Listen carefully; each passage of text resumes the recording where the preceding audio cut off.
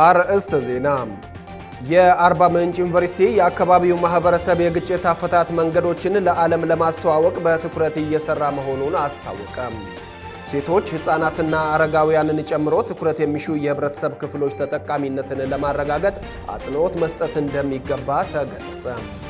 በቁጫ አልፋ ወረዳ የጤና አገልግሎት አሰጣጥ ጥራትን ለማሻሻል ትኩረት ተሰጥቶ እየተሰራ እንደሚገኝ ተገለጸ።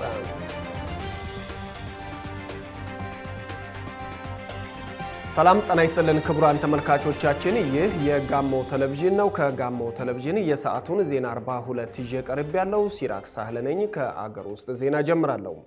የአርባ ምንጭ ዩኒቨርሲቲ የአካባቢው ማህበረሰብ የግጭት አፈታት መንገዶችን ለዓለም ለማስተዋወቅ በትኩረት እየሰራ መሆኑን አስታወቀ። በዘርፉ የተከናወኑ የጥናትና ምርምር ስራዎች ላይ ዩኒቨርሲቲው ውይይት አካሂዷል። የፍቅሩ ቢሰዋን ዘገባ አብርሃም አዶ እንደሚከተለው ያቀርበዋል። 5 ከተለያዩ ሀገራት የተውጣጡ ከሁለተኛ ዲግሪ በላይ ያላቸው ተማሪዎችና አስተማሪዎች በተገኙበት ሀገር በቀል ዕውቀት ላይ ያተኮሩ የጥናትና ምርምር ስራዎች ዙሪያ በአርባ ምንጭ ዩኒቨርሲቲ ውይይት እየተካሄደ ይገኛል። በመድረኩ ተገኝተው መልእክት ያስተላለፉት የአርባ ምንጭ ዩኒቨርሲቲ ፕሬዝዳንት ዶክተር ኢንጂነር አብደላ ከማል በጥናትና ምርምር የተደገፉ ሀገር በቀል ዕውቀቶች ለአንድ ሀገር ሰላምና ለአካባቢ ጥበቃ ያላቸው አስተዋጽኦ ከፍተኛ ነው ብለዋል። ዩኒቨርሲቲው የአካባቢው ማህበረሰብ የግጭት አፈታት መንገዶችን ለዓለም ለማስተዋወቅ ከሌሎች ዓለም አቀፍ ዩኒቨርሲቲዎች ጋር በጋራ እየሰራ መሆኑን አስታውቋል። ከዓለም አቀፍ ከተለያዩ ዩኒቨርሲቲዎች ጋር ድርጅቶች ጋር በጋራ ነው የሚሰራው። እንደዚህ አይነት ነገሮችን እንግዲህ እነዚህ የመጡት ከአውሮፓ፣ ከኤሽያ፣ ከአፍሪካ ነው የመጡት። ይህንን ጉዳይ ደግሞ በበለጠ አጠናክረን አሁንም የምንሰራቸው ብዙ ስራዎች አሉ። ከተለያዩ ዓለሞች ጋር የምንሰራቸው ይህንን ጉዳይ በበለጠ አጠናክረን የምንሄድበት ዩኒቨርሲቲያችንን በዓለም አቀፍ ደረጃ እይታው የሚጨምርበት ከዛም ባለፈ ማህበረሰቦቻችን በተለይ ለሰላም ግንባታ የሚያደርጉት በተለይ ውድ የጋሞ አባቶቻችን የሃይማኖት አባቶቻችን ለሰላም ግንባታ የሚያደርጉት ስራ ለዓለም አቀፍም የምናስተዋውቅበት ጥሩ መድረክ ነው። የአርባ ምንጭ ዩኒቨርሲቲ የሶሲዮሎጂ እና ሶሻል አንትሮፖሎጂ አስተባባሪ ዶክተር ባይሳ ፈየ በበኩላቸው መድረኩ የማህበረሰቡን የሰላም እሴት በጥናትና ምርምር በማስደገፍ የእውቀት ሽግግር ለማድረግ ለሚሰራው ስራ አጋዥ መሆኑን ገልጸዋል። ሀገር በቀል ዕውቀት የግጭት አፈታትና አካባቢ የሚል ነው ዋናው የዚህ ርዕስ። አካባቢያችን ላይ የጋሞ አባቶች በሀገር አቀፍ ደረጃ ተምሳሌትነታቸውን ለዓለም የማሳወቅ ይሄ ቀላል ነገር አይደለም። አሁን ቆመን ስንናገር ወይም ቴብል ላይ ቁጭ ብለን ስለ አካባቢ ሰላም ስለ ሰላም አባቶች ስናወራ ቀላል ይመስላል። በድርጊት ግን እጅግ በጣም ትልቅ ተምሳሌትነት ያለው እሴት ነው። የዚህ ህዝብ ትልቅ ታሪካዊ እሴትና ውበት መገለጫ ነው።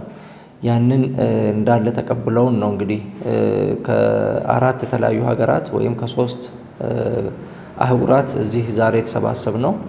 በአጠቃላይ ወደ 5 ፕሮፌሰሮች እና ወደ 18 የፖስት ግራጁዌት ወይም የሁለተኛና ሶስተኛ ዲግሪ ተማሪዎች ናቸው ዛሬ የተገኙት። በጥናትና ምርምር ስራዎች ውይይት መድረክ ላይ ኢትዮጵያን ጨምሮ ከ5 የተለያዩ ሀገራት የተውጣጡ ተማሪዎች፣ አስተማሪዎችና ጥሪ የተደረገላቸው እንግዶች ተገኝተዋል።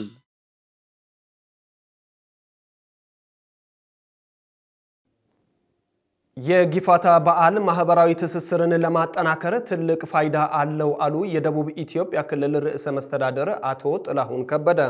ጊፋታ በዩኔስኮ መመዝገቡን ተከትሎ የደስታ ማብሰሪያ መርሃ ግብር በወላይታ ሶዶ ከተማ ተካሂዷል። ፋሲካ ጸጋዬ ዝርዝሩን እንደሚከተለው ታቀርበዋለች። የወላይታ ብሔረሰብ ዘመን መለወጫ ጊፋታ በዩኔስኮ መመዝገቡን ተከትሎ የደስታ ማብሰሪያ መርሃ ግብር የጊፋታ ብስራቶች ለህዝቦች ከፍታ በሚል መሪ ሀሳብ በወላይታ ሶዶ ከተማ ተከብሮ ውሏል። የደቡብ ኢትዮጵያ ክልል ርዕሰ መስተዳድር ጥላሁን ከበደ ባስተላለፉት መልእክት ጊፋታ የተጣሉ የሚታረቁበት ጥልቅ ትርጉም ያለው መሆኑን ገልጸዋል። ይህም ለክልሉ ቱሪዝምና ኢኮኖሚ ተጨማሪ እድል እንደሚፈጥር ጠቅሰዋል። የክልሉ መንግስት የቱሪዝም ዘርፍ ለሀገር ገጽታ ግንባታ የሚኖረውን ፋይዳና ኢኮኖሚያዊ ጠቀሜታውን ለማሳደግ በትኩረት እየሰራ መሆኑን አመላክተዋል። ባህልን ከቱሪዝም ልማት ጋር በማስተሳሰር ለክልሉ ዘላቂ ሰላምና የህዝቦች አንድነት ይበልጥ ለማጠናከር ትኩረት መሰጠቱን ጠቁመዋል። ለወላይታ ህዝብ የማንነቱ መገለጫ የጥንታዊ ስልጣኔ አሻራ አሮጌው ዘመን ሸኝቶ አዲሱን የሚቀበልበት ከባህላዊ እሴቱ ባሻገር የተራራቁ የሚገናኙበት የተጣሉ የሚታረቁበትና ለፈጣሪው ምስጋና የሚያቀርብበት የፍቅርና የይቅርታ ኩነት የበርካታ ዘመናት ታሪክና ጥልቅ ፍልስፍና ያለው የግፋታ በዓላችን በተባበሩት መንግስታት የትምህርት የሳይንስና ባህል ድርጅት በማይዳሰሱ የሰው ልጅ ቅርሶች ዝርዝር ውስጥ በይፋ መመዝገቡ ሁላችሁንም እንኳን ደስ አላችሁ፣ እንኳን ደስ ያለን። የግፋታ በዓል የወላይታ ሕዝብ ከሚታወቅበት ባህላዊ እሴት አንዱና ቀዳሚው ነው። ከበዓል ያለፈ ጥልቅ ትርጉም ያለው ከዘመን ዘመን ከትውልድ ትውልድ ሕያው ሆኖ ሲተላለፍ ያለ የትውልድ መቅረጫ፣ የዘመን መቁጠሪያ፣ የጥላቻ ግድግዳ ማፍረሻ፣ የእርስ በርስ መተጋገዣ፣ የጋራ መሰብሰቢያ፣ የደከመውን መደጋገፊያ የሆነ በዘርፈ ብዙ ትውፊት የታጨቀ በዓል ነው። ይህ ስልታዊ አቅጣጫ ባህላዊ በዓላትን የሀገር በቀል እውቀቶች ለቱሪዝም መስህብነት ብቻ ሳይሆን ለሀገራዊ አንድነትና ለሰላም ግንባታ እንዲውል በማድረግ ትውልድ የራሱን ታሪክና እሴት ጠብቆ ለዘመናዊ ዓለም ሊያበረክት ምቹ ሁኔታዎችን ከመፍጠር አንጻር ጉልህ ለውጦች ያስመዘገበ ተግባር ነው። የኢፌድሪ ቱሪዝም ሚኒስተር ወይዘሮ ሰላማዊት ካሳ በበኩላቸው ኢትዮጵያ በአብሮነት የተጋመደ በርካታ ተፈጥሯዊ ሀብቶች እንዳሏት ገልጸው ጊፋታ የዓለም ሕዝቦች አኩሪ ባህል ሆኗል ነው ያሉት። በኢትዮጵያ ባለፉት 7 ዓመታት 7 ቅርሶች በዩኔስኮ መመዝገባቸውን ጠቅሰው በሀገራችን ያሉ ባህሎች ለሀገራችን ብልጽግና የበኩላቸውን ድርሻ ይወጣሉ ብለዋል። ቅርሶችን በማስመዝገብ በማስተዋወቅና በማልማት ኢኮኖሚን በማመንጨት ላይ መስራት እንደሚያስፈልግም ጠቁመዋል። ኢትዮጵያ ሀገራችን ልዩ ሀገር ናት። በብዝሃነት የተሟሸች፣ በህብረ ብሔራዊ አንድነት የደመቀች፣ በታሪክና በተፈጥሮ የተዋበች ድንቅ ሀገር ናት። እኛ ኢትዮጵያውያን በታሪክ ዑደት የተዋጀን፣ በአብሮነት የተጋመድን፣ እንደ አለላ ቀለም በልዩነት የተሰፋን ባለብዙ መልክ ህዝቦች መሆናችን ዘመን የማይሽረው እውነታ ነው። ሀገራችን ታይተው የማይጠገቡ ታሪካዊና ባህላዊ ሀብቶች እንዲሁም የተፈጥሮ ጸጋዎች ያሏት ምድር ናት። የወላይታ ህዝብ የዘመን መለወጫ በዓል ጊፋታ ከእነዚህ ብርቅዬ ባህላዊ እሴቶቻችን መካከል አንዱ ነው። የኢፌድሪ ባህልና ስፖርት ሚኒስተር ወይዘሮ ሸዊት ሻንካ በበኩላቸው በሀገሪቱ የህዝብ ትስስር አንድነትና መከባበር ላይ መሰረት ያደረጉ በርካታ ባህሎች መኖራቸውን ገልጸው ጊፋታ ለማህበራዊ እሴቶች የሚያበረክተው አስተዋጽኦ የላቀ ነው ብለዋል። ለሁለንተናዊ ማህበራዊና ኢኮኖሚያዊ ፋይዳ ያላቸውን ባህሎች በመጠበቅ ለህዝቦች አንድነትና እድገት በትጋት መስራት እንደሚያስፈልግም አስገንዝበዋል። ይውቅና ኢትዮጵያውያን ብዝሃ ባህል እሴትና ውበቷን ለዓለም ከማስተዋወቅ በላይ ባህሉን ጠብቆ ለመጪው ትውልድ ለማስተላለፍ ያለንን ኃላፊነት በእጅጉ የሚጨምር የበለጠ እንዲስፋፋ የሚያደርግ ትውፊቶቹ ለማህበራዊና ኢኮኖሚያዊ ፋይዳ የሚሰጡ ጥቅሞች እንዲጎለብቱ የሚያስችል ነው። የወላይታ ዞን ዋና አስተዳዳሪ ረዳት ፕሮፌሰር ሳሙኤል ተሰማ በበኩላቸው የወላይታ ብሔር የበርካታ ቅርሶች ባለቤት መሆኑን ጠቁመው እነዚህም መካከል የጊፋታ በዓል አንዱ ነው ብለዋል። ጊፋታ ማህበራዊ ትስስር ለማጠናከርና ለዘላቂ ሰላም የጎላ ድርሻ እንዳለው ዋና አስተዳዳሪው አስረድተዋል። የወላይታ ብሔር በርካታ ቅርሶች ባለቤት ሲሆን እነዚህ የሚዳስሱና የማይዳስሱ በመባል ይታወቃሉ። ከማይዳስሱ ባህላዊ ቅርሶች መካከል የዘመን መለወጫ በዓል የሆነው ጊፋታ አንዱ ነው። ወላይታ የራሱ የሆነ ባህላዊ የዘመን አቆጣጠር ነባር ዕውቀት አለው። በዚህ መሰረት ዝናባማውን የክረምቱን ጨለማ በማለፍ የጸደይ ወራት መጀመሪያ በሆነው የጊፋታ ወር በመጀመሪያው ቀን ከአሮጌው ዓመት ወደ አዲሱ በሰላም ያሸጋገረውን አምላኩን የሚያመሰግንበትና አዲስ ተስፋ የሚሰንቅበት በዓልን ያከብራል።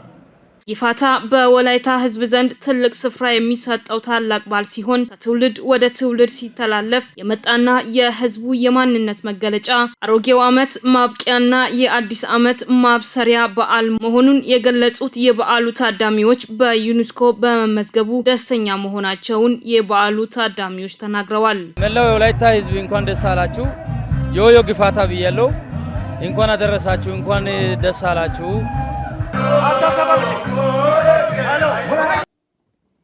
የገብስ ምርትን በስፋት በማምረት ለፋብሪካዎች ለማቅረብ ግብ ጥሎ እየሰራ እንደሚገኝ የቦንኬ ወረዳ ግብርና ጽሕፈት ቤት ገለጸ። የአምላክነሽ ተረፈ በዚህ ጉዳይ ላይ ተጨማሪ አላት። ገብስን በስፋት በማምረት ለፋብሪካ ለማቅረብ ግብ ጥሎ እየሰራ እንደሚገኝ በጋሞ ዞን የቦንኬ ወረዳ ግብርና ጽሕፈት ቤት ገልጿል። የጽሕፈት ቤቱ ኃላፊ ከጋሞ ቴሌቪዥን ጋር በነበራቸው ቆይታ በወረዳው የሰብል፣ አዝዕርት፣ አትክልትና ፍራፍሬ ምርቶች በስፋት እንደሚመረቱ ተናግረዋል። ከአዝዕርት እህሎች መካከል ገብስ በስፋት እንደሚመረት ጠቁመው በዘርፉ ልዩ ትኩረት በመስጠት ምርታማነት እየተሻሻለ መምጣቱንም ገልጸዋል። በቦንኬ ወረዳ ትኩረት ከምንሰጣቸው አንደኛው በገብስ ነው። ገብስን አስፍተን እየሰራን ነው ያለነው። ገብስ አብቃይ ቀበሌያትን በስፋት እንደኛ እንደ ቦንኬ ወረዳ ይገኛሉ። እንግዲህ ለተለያዩ አገልግሎቶች በተለይ ለተለያዩ ፋብሪካዎችም ጭምር እንዲውል እንደ ቦንኬ ወረዳ ገብስ ላይ በትኩረት እንሰጣለን፣ እናሰፋለን የሚል ሀሳብ አለ። አቶ ጉቱላ ካባ የጮሻ ቀበሌ ነዋሪ ሲሆኑ በግብርና ስራ እንደሚተዳደሩ ገልጸው በተያያዘው የምርት ወቅት በሩብ ሄክታር ማሳ ገብስ ማልማታቸውን ያስረዳሉ።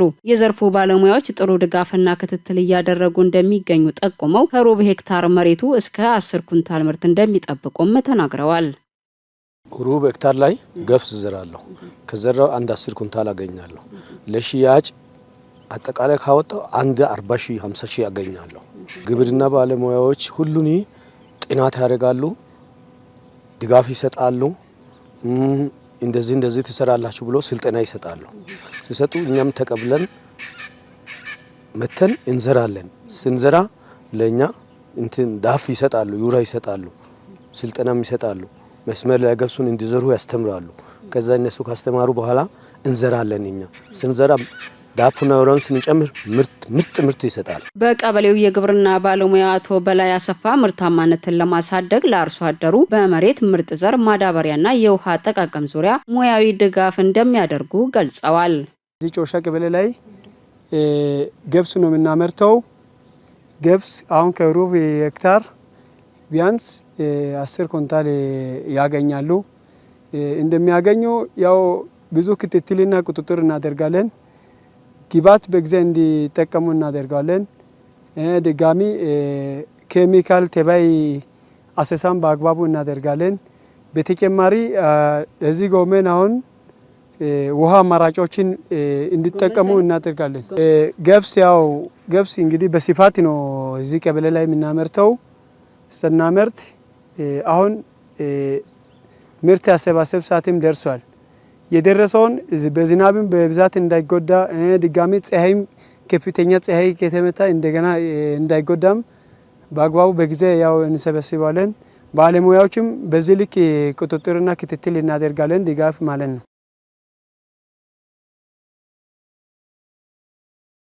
በቁጫ አልፋ ወረዳ የጤና አገልግሎት አሰጣጥ ጥራትን ለማሻሻል ትኩረት ተሰጥቶ እየተሰራ እንደሚገኝ ተገለጸ። መስፍን ባንጃ በዚህ ጉዳይ ላይ ተጨማሪውን እንደሚከተለው አዘጋጅቶታል።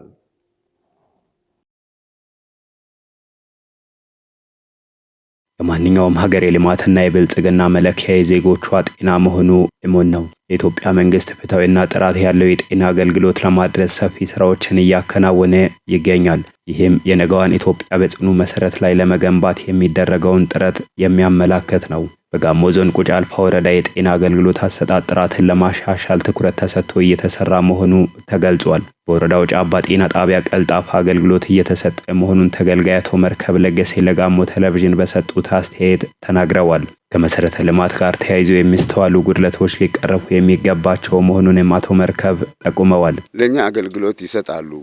በእነሱ ላይ እኛ የምንቃወመው ነገር የለም። አገልግሎት በአግባብ ይሰጣሉ። ክብር አለን፣ ያከብሩናል። ጥሩ ናቸው። መንገዱ ነው አስቸጋሪ። መንገዱ ነው። መንገዱ ግን አሁን በዚህ ጊዜ ትንሽ እረፍት እናገኛለን እንላለን እንጂ ጭቃ ውሃ ባስቸገረ ጊዜ በቃ መንገድ የለንም። መንገዱ በጣም አስቸጋሪ ነው። የህብረተሰቡን ተጠቃሚነት ለማረጋገጥ በአካባቢው የሚከሰቱ በሽታዎች ተለይቶ የመከላከል ስራው በትኩረት እየተሰራ መሆኑን የተናገሩት የጫባ ጤና ጣቢያ ባለሙያ አቶ አዋጌ አንዶቴ ናቸው። ሁሉም ባለሙያ ታታሪ ባለሙያ አለ። ያው አገልግሎትን እየሰጠ ነው። እዚህ አካባቢ ያው የሚበዛው በሽታ ቶፕ 10 ዲዚዝ ውስጥ ያው ማላሪያ በጣም ይበዛል። ያው እንደ ጤና ጣቢያ አይደለም፣ እንደ ሆስፒታል ነው ሕክምናም እየተሰጠ ያለው። ደግሞ መድኃኒት አቅርቦት በጣም ገራሚ ነው። ደግሞ መድኃኒት እጥረት እኔ ያየሁት በኩል የለም። አሁን እኔ ግን ስቶርም እየሰራው ነው፣ ግን በነጅ ነው መድኃኒት ያለው። ፑል ነው መድኃኒት፣ ሁሉም መድኃኒት አለ። ያው አንዳንድ ጊዜ ዞን በኩል በመጣ መድኃኒቶች ካነሱ ወዳኑ አራርፍ ሲበን እንሰጣለን። በጤና ጣቢያው ከሚስተዋሉ ጉድለቶች የመብራትና ባለሙያ እጥረት በአብነት አንስተው የወረዳው መንግስትና ባለድርሻ አካላት ባደረጉት ጥረት ከጊዜ ወደ ጊዜ መሻሻል መታየቱን የተናገሩት የጫባ ጤና ጣቢያ ኃላፊ ተወካይ አቶ ዘርሁን ማርቆስ ናቸው። ሕክምና እየተሰጠ ነው። በደንብ በጥሩ ሁኔታ እየተሰጠ ነው። መድኃኒትም አለ እና ለጊዜው መድኃኒት ሲያልቅ ኤርፖርት ይደረጋል፣ አራረፍ ይሰራል፣ ከህብሳ ይመጣል። በዶኔሽን የሚመጣ መድኃኒቶችም አሉ እና በጣም ጥሩ ነው። ማጥማ አካባቢ ሲመጣ ማጥማ ሁሉም ህዝብ አወረነስ ተደርጎ ሁሉም ተጠቃሚ ናቸው። አሁን ማጥማ ከፋያ አለ፣ ነጻ ታካሚዎች አሉ። አንዳንዴ ዝናብ ከዘነበ ጭቃ ካለ አምቡላንስ ለእናት ለወሊድ አሁን ከዚህ ሪፈር ተደርጎ ሰላምበር ሆስፒታል ነው የሚወስደው እና አይመጣም። አምቡላንስ ያስቸግራል፣ ጭቃ ያወጣም። መንገዱ በጣም ስለሚያስቸግር ጀነሬተር 24 ሰዓት መቆየት አይችልም፣ ይግላል። ስለዚህ ማብራትም ቢገባ ጥሩ ነው። ባለሙያ ቢጨምር አሁን ዞኑ እንተናርጎ ባለሙያ ቢጨምር ባለሙያ ክፍተት አለ። በወረዳው የጤና አገልግሎት አሰጣጥ ጥራትን ለማሻሻል ትኩረት ተሰጥቶ እየተሰራ መሆኑን የቁጫ አልፋ ወረዳ አስተዳዳሪ አቶ አስፋዋል እና አስታውቀዋል። የወረዳው መንግስት የአገልግሎት አሰጣጥ ጥራቱን ለማዘመን በሰጠው ትኩረት በክልል ደረጃ እውቅና ማግኘቱን አንስተዋል። የጤና ተግባራት በየጊዜው የሚገመገም መሆኑን የተናገሩት አቶ አስፋው በዚህም አበረታች ውጤት መታየቱን መመላከቱን አስረድተዋል። ከመድኃኒት አቅርቦት ጋር በተያያዘ የሚስተዋሉ ክፍተቶችን ለማረም ከባለድርሻ አካላት ጋር በቅንጅት እየተሰራ መሆኑንም አቶ አስፋው አብራርተዋል። አጠቃላይ የጤና ዘርፍን ከማዘመንም አኳያ የተያዘውን እቅድ በአግባቡ ከመፈጸም አኳያ በተለይ የኛ ወረዳ አጠቃላይ በዞን ውስጥም እንዲሁ በክልል ደረጃ ባለፈው ዓመት ሞዴል ወረዳ በሚል እውቅና ሁሉ ያገኘበት ሁኔታ ነው ያለው። ይሄን ለማዘመን ያው ዋናውና ትልቁ አገልግሎት አሰጣጣችን ነው። አሁን አገልግሎት እየሰጡ ያሉ ሶስቱ በጤና ጣቢያ ማዕከል በለስ ከተማ፣ ጆሾና የቶኮዳምቢያ ከተማ ላይ ያሉ የጤና ተቋማት ለህዝባችን አገልግሎት እንዴት ይሰጣሉ የሚለው በየጊዜ የሚደረጉ ውይይቶች አሉ። በቦርድ ደረጃ ውይይት እናደርጋለን። ከዛ ውጪ ህብረተሰቡን ያሳተፈ ጠቅላላ የክላስተራዊ የሆነ የህዝብ ውይይት እናደርጋለን። ከዚህ ከመድኃኒት አቅርቦት ጋር ያሉ ችግሮችም ከዞን ጋርም ከአቅራቢ ድርጅት ከህብሳ ጋርም እየተመካከረን ጉድለት ያለባቸው መድኃኒቶችን በአስቸኳይ እንዲሟሉ የማድረግ ስራ በጋራ እየሰራን ስላለን አጠቃላይ የጤና ዘርፍ በጣም የተሻለ ነው። እኛ አዲስ መዋቅር ነው። ወደዚህ ስንመጣ አጠቃላይ የጤና ክልል ብዛት 10 ነበር። አሁን አጠቃላይ ህብረተሰብን አሳትፈን 6 ጨምረን አጠቃላይ 16 ጤና እንከላለን። ከዚህ ውስጥ 4ቱ ወደ ቤዚክ መሰረታዊ ወደ ጤና ኤክስቴንሽን አሰራር መሰረት ወደዛ ገብቶ ለህዝባችን ጥሩ አገልግሎት የሰጠ ስለሆነ አጠቃላይ በሁሉም አካባቢ ያለውን የጤና ዘርፍ የሚሰጡ አገልግሎቶች ፊታዊ፣ ቀልጣፋ፣ ፈጣን እንዲሆን በቅርበት እየተከታተለን ህዝቡን ያወያየን ተቋማት ምን አይነት አገልግሎት ይሰጣሉ የሚለውን አጠቃላይ ከተገልጋይ ህዝብ ፊድባክ የወሰደም ያርመን የመጣም ስለሆነ እንደ አጠቃላይ ጤና ዘርፍ አጠቃላይ ጥሩ ነው ብለን መውሰድ እንችላለን። ይሄን አጠናክረን የምንቀጥል ነው የሚሆነው።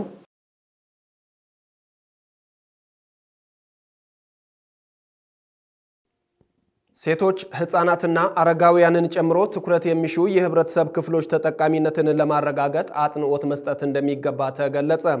የደቡብ ኢትዮጵያ ክልል ሴቶችና ማህበራዊ ጉዳይ ቢሮ ሴቶች ህፃናትና አረጋውያንን ጨምሮ ትኩረት የሚሹ የህብረተሰብ ክፍሎች ተጠቃሚነትን የሚያረጋግጥ የአካቶ ትግበራ ውጤታማነት ማጠናከር ላይ ያለመ ስልጠና በአርባ ምንጭ ከተማ ሰጥቷል። ዝርዝሩን አብርሃም አዶ እንደሚከተለው ያቀርበዋል። የደቡብ ኢትዮጵያ ክልል ሴቶችና ማህበራዊ ጉዳይ ቢሮ ኃላፊ ወይዘሮ ኳሰች ኤልያስ መንግስት በሀገራችን ሁለንተናዊ የዜጎች ተጠቃሚነትን ለማጎልበት በትኩረት እየሰራ እንደሚገኝ ተናግረዋል። ትኩረት የሚሹ ህብረተሰብ ክፍሎችን ደህንነትና ተጠቃሚነት ማረጋገጥ ዋነኛ የተቋማቸው ተልዕኮ መሆኑን አንስተም የአካቶ ትግበራ ሴቶች፣ ህጻናት፣ ወጣቶች፣ አካል ጉዳተኞችና አረጋውያን ተጠቃሚነትን ለማረጋገጥ መጀመሩን አስገንዝበዋል። ይሄ ጽንሰ ሀሳቡ ማቀፉ ምንድነው የሚለው ላይ ጽንሰ ሀሳቡ እነዚህ የዜጎች እንደ ዜጋ ሁሉም የሚሰጠውን አገልግሎት ተደራሽ እንዲሆን ወይም ፍትሃዊ በሆነ መልኩ አገልግሎቱ ለሁሉም ዜጋ ተደራሽ እንዲሆን አገልግሎት ብቻ ሳይሆን ደግሞ እንደ ዜጋ መሳተፍ ባለባቸው ጉዳዮች ያ ማለት ማንኛውም ፕሮግራም ቢኖር ፕሮጀክት ቢኖር በክልል ውስጥ የሴቶችን የህፃናትን የአረጋውያንን የአካል ጉዳተኞችን ተሳትፎ እውን ያደረገ መሆን አለበት ማለት ነው። ስለዚህ ይሄ ደግሞ ይሄን ስርዓት ደግሞ ለመከታተል ተቋማዊ አሰራር መዘርጋት ያስፈልጋል ማለት ነው። ይሄ ተቋማዊ አሰራሩ መካተቱን ማረጋገጥና በአካቶ ትግበራዊ ሂደት ላይ ደግሞ የወጣውን ውጤት ደግሞ መመዘን ያስፈልጋል። በምዘናው መነሻ እያንዳንዱ ተቋም ምን ደረጃ ላይ ነው የሚለው ደግሞ ፍረጃውን ደግሞ ጉዳዩ ለሚመለከተው ተጠሪ በአዋጅ ስልጣኑን ለሰጠን አካል ደግሞ ይህንን ሪፖርት አቅርበን ያለበትን ስታተስ ማወቅ አለብን። በአዲሱ መዋቅር አደረጃጀት የተለያዩ ዘርፎች መካተታቸውን አንስተም የአካቶ ትግበራ ወጥነት በጠበቀ መልኩ እንዲከናወን የማስገንዘብ ልምድ የማካፈል መገምገም፣ መከታተልና ምዘና ስርዓት የመተግበር ስራ ትኩረት ይፈልጋል ብለዋል። የአካቶ ትግበራ ማዕቀፍ ውጤታማነት እንዲረጋገጥ የሚመለከታቸው አካላት ሚና እንዲጠናከርም አሳስበዋል። ከማህበራዊ ዘርፍ ለምሳሌ ከጤና አንጻር የህፃናት ጉዳይ በምን ደረጃ ላይ ነው የተገመገመው፣ ከትምህርት አንጻር የህፃናት ጉዳይ በምን ደረጃ ላይ ነው የተገመገመው የሚለውን ደግሞ በሌቭሊንግ ቱሉ ወይም በአካቶ ትግበራ ማዕቀፍ በተቀመጠው ስታንዳርድ መሰረት ከእቅድ ጀምሮ ያለውን ሂደት በእቅድ ጭምር ማቀናጀት ያስፈልጋል። ከዛም በኋላ እስከ ውጤት ድረስ ያለውን ሂደት ገምግሞ ደግሞ ውጤት ሰጥቶ ምን ችግሮች ነበሩ፣ ማን ምን መስራት ነበረበት የሚለውን ፋርዘር ውጤታማ ለማድረግ የሚጠቅም ግብአትም ይሆናል ማለት ነው። የሴቶች፣ ህጻናት፣ አረጋውያን፣ አካል ጉዳተኞችን ጨምሮም ትኩረት የሚሹ ህብረተሰብ ክፍሎች ተሳትፎና ተጠቃሚነት የማረጋገጡ ተግባር ተቋም ዘለል መሆኑን የደቡብ ኢትዮጵያ ክልል ሴቶችና ማህበራዊ ጉዳይ ቢሮ ምክትል ኃላፊና የማህበራዊ ዘርፍ ኃላፊ ወይዘሮ ምህረት በላይ አስረድተዋል። ቢሮ የሴቶች፣ ህጻናት፣ አረጋውያን፣ አካል ጉዳተኞችን ጨምሮም ትኩረት የሚሹ ህብረተሰብ ክፍሎችን ጉዳይ በአካቶ ትግበራ ለማጠናከር አጽንኦት ሰጥቶ እየሰራ እንደሚገኝም ገልጸዋል። የአካቶ ትግበራው ሁሉም ሴክተሮች የሴቶች፣ ህጻናት፣ አረጋውያንና አካል ጉዳተኞችን ጉዳይ በዋና ዋና ግቦች በማካተት ተጠቃሚነታቸውን እንዲያረጋግጡ የተቋማት መመዘኛ ማዕቀፍ እንደሆነ አስገንዝበዋል። ከዚህ በፊት የአካቶ ትግበራ መመዘኛ ማዕቀፉን የማስተዋወቁ ተግባር ሲከናወን መቆየቱን ያነሱት ወይዘሮ ምህረት የመተግበርና በሂደቱ ውጤታማነትን የማረጋገጡ ተግባር እንደሚከናወን ተናግረዋል። የአካቶ ትግበራ መመዘኛ ማዕቀፍ ቱልስ ነው የሚባለው። ስለዚህ እዛ ውስጥ አካተን የህፃናትን፣ የሴቶችን፣ የአካል ጉዳተኞች እንዲሁም የአረጋውያን ተጠቃሚነት በቅንጅት ተግባራዊ ከማድረግ እስከ ተጠያቂነት ምዘና ስርዓት ያለው ስለሆነ በቀጣይ ይሄንን ካሰለጠንን በኋላ ድጋፍ ክትትል በማድረግ የትኛው ሴክተር ምን ደረጃ ላይ ከሴቶች፣ ህጻናት፣ አካል ጉዳተኛ ከአረጋውያን ተጠቃሚነት አንጻር ምን ደረጃ ላይ ነው ያለው የሚለውን መዝኖ ያለበትን ደረጃ ግብረ መልስ መስጠት፣ ለቀጣይ ደግሞ ዝቅተኛ ላይ ያለውን ወደፊት የማውጣት በሴቶች፣ በህፃናት፣ በአካል ጉዳተኞች እንዲሁም በአረጋውያን ተጠቃሚነት በሂደቱ እያረጋገጡ የመሄድ ስራ ለመስራት ታላሚ ያደረገ ነው ማለት ነው። ስልጠናው የማህበራዊ ጥበቃ ፖሊሲና የማህበረሰብ አቀፍ ድጋፍና እንክብካቤ አተገባበርን ለማጎልበት ግንዛቤ ማዳበር ዓላማም እንዳለው ጠቁመዋል። የማህበራዊ ጥበቃ ፖሊሲ፣ ሲሲ ወይም የማህበረሰብ አቀፍ የድጋፍ ክብካቤ ማቀፍ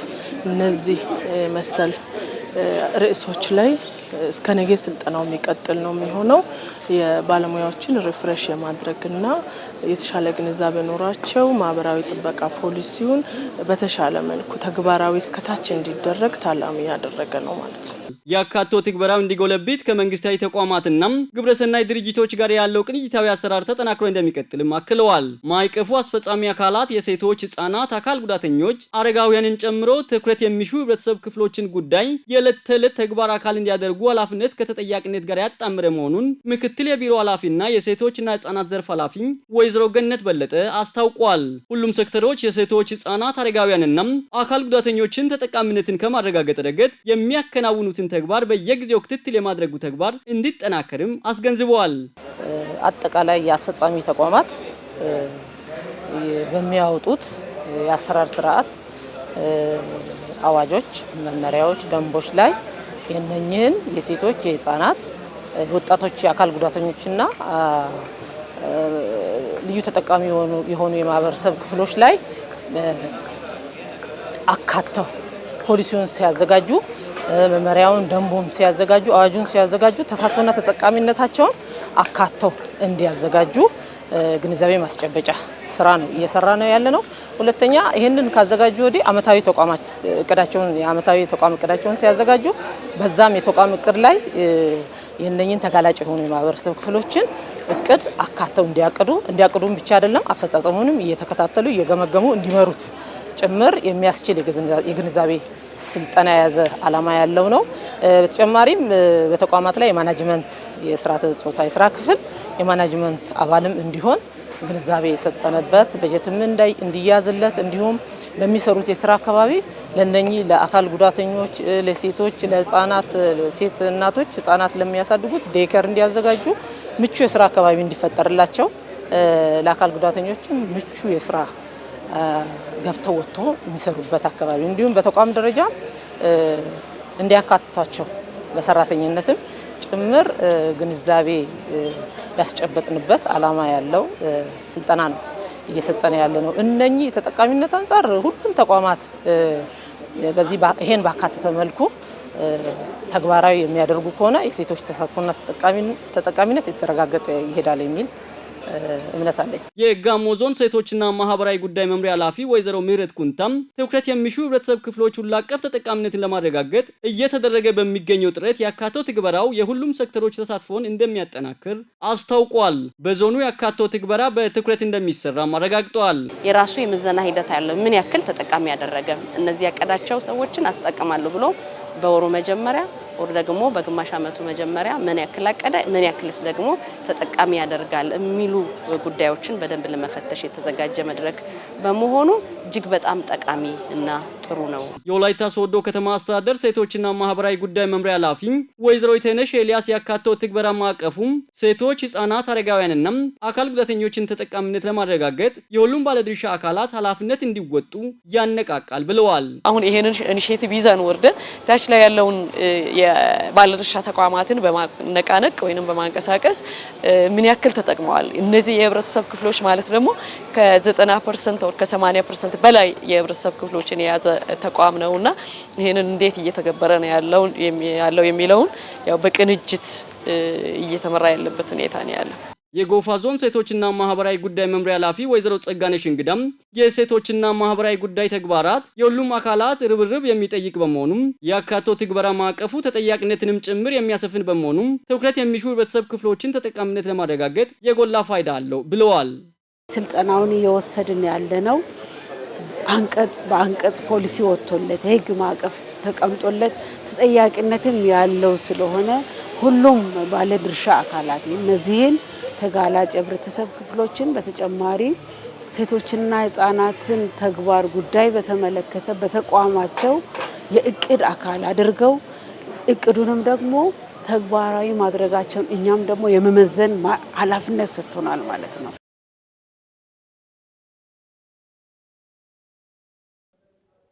ባለታሪካችን ከ4 አስርት ዓመታት በላይ በመንግስት ስራ አገልግለው በጡረታ ቢሰናበቱም በስራ ዓለም ያካበቱትን ልምድና ክህሎት በመጠቀም ወደ ጥምር ግብርና ተሸጋገሩ እንጂ ጡረታን የማታ እንጀራዬ ብለው አላረፉም። አቶ ጣሰው ካሊሌ ይባላሉ። በመንግስት መስሪያ ቤቶች ሲያገለግሉ ቢቆዩም እድሜያቸው ሲደርስ በጡረታ ተገለዋል። በስራ ዘመናቸው ያጠራቀሟትን ጥሪትና የስራ ሐሳብ ወደ ተግባር በማዞር ውጤታማ መሆናቸውን ያስረዳሉ። የአምላክነሽ ተረፈ ከባለ ታሪካችን ጋር ቆይታ አድርጋለች። ተከታትለን እንመለስ። እሺ፣ ጣሰው ካሊሌ ይባላለሁኝ። በቦንኬ ወረዳ የጊዜ 301 ቀበሌ ነዋሪ ነኝ። ቀደም ሲል በተለያዩ የመንግስት መስሪያ ቤቶች ለ40 ዓመታት ስሰራ ቆይቻለሁ። ከጥቅምት 2015 ጀምሮ በጡረታ ተገልያለሁ። በጡረታ እንደተገለልኩ ቀደም ሲል በነበርኩበት የተለያዩ የግል ስራዎችን ለመስራት አስቤ አዋጪ ያለመሆኑን በመገንዘብ ወደ ቤተሰቦቼ አካባቢ በመምጣት እንቅስቃሴ ጀምሬያለሁ። በዚህ ቦታ ላይ በአሁኑ ሰዓት የእርሻ ስራ፣ የጓሮ አትክልት፣ የስንዴ ማሳ፣ የአተር፣ የባቄላ፣ የገብስ ማሳ አለኝ። የጓሮ አትክልትንም በስፋት ጥቅል ጎመን፣ ነጭ ሽንኩርት፣ ቀይ ሽንኩርት፣ ቀይ ስር የመሳሰሉትን በስፋት እያመረትኩኝ ነው። ከብቶችም እንደዚሁ የወተት ከብቶች 1-3 አሉኝ በእጄ። በእርግጥ በቦታ ጥበት ሌሎች ሌላ ጋር ይኖራሉ። በጎችም እንደዚሁ 1-6-7 የሚሆኑ በእጄ ይገኛሉ። ዶሮ፣ እንቁላል ጣይ ዶሮዎች የቦቫንስ ዝርያ 180 ያህል በእጄ ይገኛሉ። አሁን እንቁላል እየጣሉ ነው። ከብቶች ሶስቱም በሚታለቡበት ወቅት በወር ከቅቤ ወደ 50 ሺህ ብር ያህል አገኛለሁ። አሬራው ተሽጦ ገበያ ላይ 2,000 ብር በሳምንት ቅዳሜ 2,000 ብር ይህንን ለመኗቸው እጠቀማለሁ። ከማሳዬ የማገኘውን ተረፈ ምርት ለከብቶች መኖ እጠቀማለሁ። የከብቶች ደግሞ ተረፈ ምርት ለማሳው ማዳበሪያ፣ ፍጉም፣ ሌሎችም ለማሳው ማዳበሪያ፣ የዶሮ ኩሱም በተለይ ጥሩ ማዳበሪያ ስለሆነ በማዳበሪያነት እጠቀማለሁ። ከዚህ በተጨማሪ እንግዲህ በአሁኑ ሰዓት የተጣራ ገንዘብ የዚህ ያህል አለ የሚባል የተጋነነ ባይኖርም ከብቶች በእጄ ያሉ በጎች፣ ዶሮዎች ቅድም በገለጽኩት ልክ ገንዘብም በጥሬው 300 ሺህ ብር ያህል በባንክ አካውንት ይገኛልና ቀደም ሲል ከብቶች ያሉት በመኖሪያ ግቢያችን ነው። አሁን ከመኖሪያው ግቢ አውጥቼ የከብቶችን፣ የዶሮዎችን፣ የበጎችን መንደር በአንድ አካባቢ አድርጌ የተሻሉ ዝርያዎችን በማስገባት እንቅስቃሴን ከፍ ባለ ሁኔታ ለመቀጠል እያሰብኩኝ ይገኛለሁ።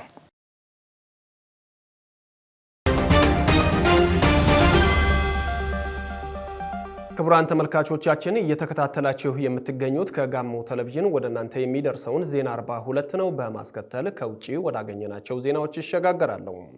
የናይጄሪያ ጦር ሰራዊት የፕሬዝዳንት ቦላ ቲኑቡን መንግስት ለመገልበጥ አሲረዋል ያላቸውን ግለሰቦች ወታደራዊ ፍርድ ቤት እንደሚያቀርብ ገለጸ። ባለፈው ጥቅምት 16 መኮንኖች የዲሲፕሊንና የአገልግሎት መመሪያን በመጣስ በቁጥጥር ስር መዋላቸው ይታወሳል። በወቅቱ የናይጄሪያ ጦር የመፈንቅለ መንግስት ሙከራ ተፈጽሟል መባሉን አስተባብሎ ነገር ግን ምርመራ እያደረገ መሆኑን አስታውቆ ነበር። ናይጄሪያ በአውሮፓውያኑ አቆጣጠር ከ1966 እስከ 1993 ባለው ጊዜ በርካታ መፈንቅለ መንግስታትን አስተናግዳለች። በዚህ ምክንያት የመንግስት ግልበጣ ስሱ ከሚባሉ ጉዳዮች አንዱ ነው። ከቅርብ ዓመታት ወዲህ ባለው አለመረጋጋትና የጸጥታ ሁኔታ ምክንያት ከጦር ሰራዊቱ መካከል አንዳንድ ሰዎች ደስተኛ እንዳልሆኑ ቢነገርም የናይጄሪያ ጦር ይህንን አይቀበልም። ናይጄሪያ ከ1999 ጀምሮ በሲቪል መንግስት እየተመራች የቆየች ሲሆን የጦር ሰራዊቱ አዛዦች ለሲቪል መንግስት ያላቸውን ቁርጠኝነት የሚገልጹ መግለጫዎችን በተደጋጋሚ ያወጣሉ። የናይጄሪያ ጎረቤት የሆኑት ምዕራብ አፍሪካውያኑ ማሊ፣ ቡርኪና ፋሶ፣ ኒጀር እና ጊኒ ባለፉት ዓመታት በርካታ መፈንቅለ መንግስት አስተናግደዋል።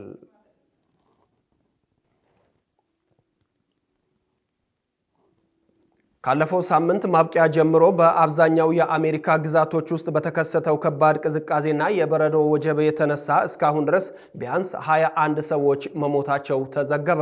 ከባዱ የበረዶ ወጀብ ባለፉት ቀናት ከነበረባቸው አካባቢዎች እየተስፋፋ በርካታ ግዛቶችን እያካተተ ነው። በዚህም ሳቢያ ከ200 ሚሊዮን በላይ አሜሪካውያን በከባዱ የአየር ሁኔታ ስጋት ውስጥ ናቸው። እየጣለ ባለው በረዶ ምክንያት በጎዳናዎች፣ በአየር ማረፊያዎችና በሌሎችም መሰረተ ልማቶች ላይ ከፍተኛ ክምር በመፍጠሩ እንቅስቃሴዎች ከመስተጓጉላቸው ባሻገር የኤሌክትሪክ አቅርቦት በበርካታ ቦታዎች ተቋርጧል። ባለፉት ቀናት በሺዎች የሚቆጠሩ የአገር ውስጥና የዓለም አቀፍ የአውሮፕላን በረራዎች የተሰረዙ ሲሆን በቀጣይ ቀናትም የሚኖሩ በረራዎች የመሰረዝ ወይም የመዘግየት ዕጣ ይገጥማቸዋል ተብሏል። በበርካታ ግዛቶች ሰዎች ከቤታቸው መውጣት ስለማይችሉ ትምህርት ቤቶችና ሌሎች ተቋማት ተዘግተዋል። ግዛቶች አስቸኳይ የአደጋ ጊዜ ቡድኖችን በማሰማራት ወሳኝ መሰረተ ልማቶችን ከበረዶ ክምሮች ለማጽዳት እየሞከሩ ቢሆንም የአየር ሁኔታው በመቀጠሉ ያሰቡትን ያክል ስኬታማ ሊሆኑ አልቻሉም።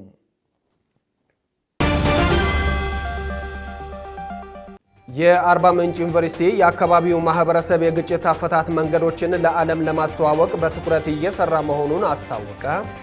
ሴቶች፣ ህፃናትና አረጋውያንን ጨምሮ ትኩረት የሚሹ የህብረተሰብ ክፍሎች ተጠቃሚነትን ለማረጋገጥ አጽንኦት መስጠት እንደሚገባ ተገለጸ።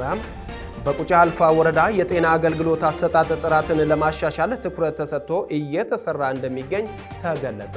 የሚሉት ለሰዓቱ ያዘጋጀናቸው የዜና 42ታችን አርዕስተ ዜናዎች ነበሩ። በኔ በኩል አበቃው። ከቀሪ የጋሞ ቴሌቪዥን ዝግጅቶች ጋር መልካም ቆይታ።